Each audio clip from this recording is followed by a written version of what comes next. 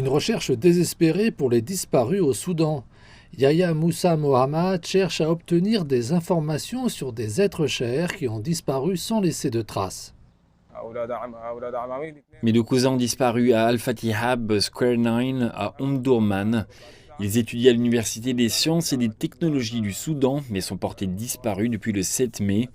Nous ne les avons toujours pas retrouvés et le contact avec leur famille a été coupé.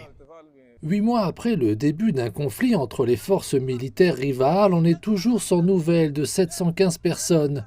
Une organisation de la société civile appelée Groupe soudanais pour les victimes de disparitions forcées a surveillé les disparitions dans les zones d'opération militaire, notamment dans la capitale Khartoum et dans la région du Darfour.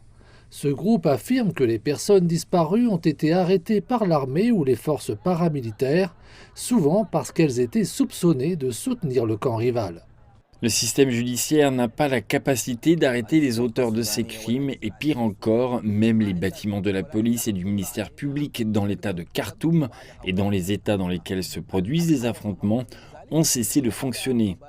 D'autres bâtiments sont maintenant transformés en casernes et en lieux de détention. Des craintes subsistent, plusieurs cas de disparition n'ont pas encore été signalés, en partie à cause de la rupture des services. Les chiffres peuvent être beaucoup plus élevés que ceux spécifiés parce que ceux dont nous disposons sont obtenus auprès des groupes de défense des droits de l'homme. Selon l'Agence des Nations Unies pour les réfugiés, le conflit a déplacé près de 4 300 000 personnes à l'intérieur du Soudan. 1 million d'autres ont fui vers les pays voisins. 3 900 personnes sont mortes dans les hostilités. Tant qu'un cessez-le-feu n'aura pas été conclu, Yahya Moussa ne pourrait pas trouver des réponses sur l'endroit où se trouvent ses proches. Mais en attendant, les recherches se poursuivent.